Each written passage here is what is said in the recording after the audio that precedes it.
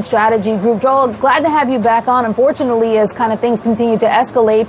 First off, want to get your insight here. What does it mean to now have two separatist regions in Ukraine? And how does this change the lives of those that are living there? Alicia, it's great to be with you. And as we've been talking about this over the past months, we are now at a threshold, which is really a pivot point in the discussion about what Russia is doing and what they are doing with these eastern provinces inside of Ukraine is dismembering Ukraine. It's illegal. It's against international law. It's a violation of previous Russian commitments. And it demonstrates Vladimir Putin's lack of respect and regard for Ukraine's sovereignty. And it's a deep problem as well, because it now appears because of this, he'll have a toehold in Ukraine from which to launch political and potentially military attacks as well. So it's a very concerning development. Two key questions with this become, is this a preface to a much larger invasion of Ukraine? And I think the second question that we have kind of hesitated to ask, because you don't want to sound like an alarmist, but I think now it becomes a more appropriate, is could this trigger a war, a larger scale war in Europe? You're absolutely right that nobody wants to be an alarmist. And we've seen time and again moves by the Biden administration and European allies to try to stop this where it is, freeze it in place, and get to a diplomatic discussion about the issues that Vladimir Putin has said he's concerned about.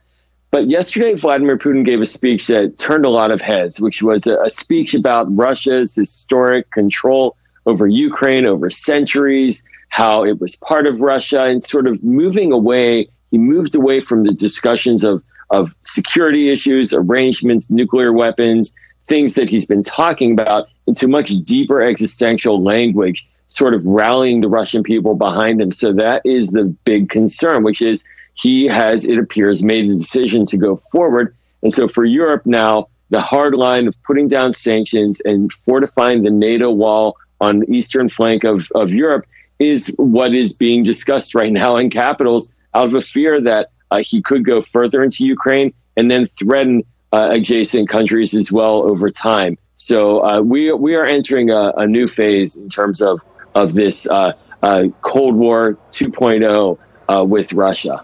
Yeah, that is the concern, affecting, countries around the world, certainly even U.S. markets and other markets around the world as well. You mentioned sanctions. We have seen sanctions out this morning, right? Germany and the Nord Stream pipeline, that kind of being halted. We've seen the U.K. kind of issue its first or announce its first tranche of sanctions. Then here in the U.S., obviously, the Biden administration also responding, imposing sanctions on those two territories. Can you just outline what's the purpose of these sanctions, specifically those from the U.S. in those two territories, but also what's the impact to Russia and the ripple effect, for the global economy, right? Because we don't live in silos. Our economies so often are interdependent of one another.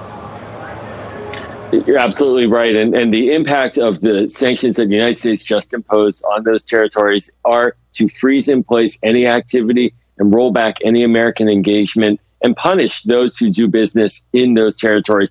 But they are limited to a certain extent, and they are not the big sanctions package that the Biden team has been talking about, which is if Russia goes further into Ukraine, cutting off Russia's financial sector from the global system, penalizing their banks, damaging multiple sectors of their economy, moving to export controls that would prevent American technology from being exported to Russia, really crippling sanctions. Those have been discussed. They're on hold right now. But that is what could come next. And so this disentanglement of economies, as you point out, is an incredibly difficult dynamic. And so the Biden team has been trying to backfill the potential harm that sanctions could cause to our economy, to Europe, working with allies in the Gulf states and in Asia to try to ensure energy supplies. But this is not an easy feat, and we've never seen something at this scale before. But we haven't seen a nearly 200,000 person army mobilized in Europe since World War II either. Critical question is, are these sanctions enough? And if not, what would a new round of sanctions actually look like? The sanctions right now are targeted to try to stop Vladimir Putin from going any further and get back to the table. But the further sanctions, the deeper ones, they will be powerful, and that will be a real test. That's a test that we have not yet seen before, to see if that will punish Putin and make Russia think twice about its actions. But that is a serious test, and it will be a unique one in recent memory. I've only got about 30 seconds here, but I want to ask, what would the role of U.S. troops in this conflict look like moving forward? Well, the president has said that no American will fight on Ukrainian soil, and that's a strong position, and it's the right position. But the U.S., we do have Article 5 commitments with our NATO partners and allies, Poland, Romania, other countries, and we are sending troops there to fortify them and tell them that we have their back, that Russia cannot breach into those countries. And that is a dynamic that many countries, the irony here, many countries now want more NATO protection, including Ukraine, because of Russia's continuing aggression. So American forces backfilling right now along the eastern flank of NATO is the primary objective. Joel, we're going to have to leave it there for now, but more than likely we will be talking to you soon, unfortunately, as things continue to seem like they are escalating, although there is still some hope of diplomacy. Joel Rubin, former Deputy Assistant Secretary of State and President of the Washington Strategy Group.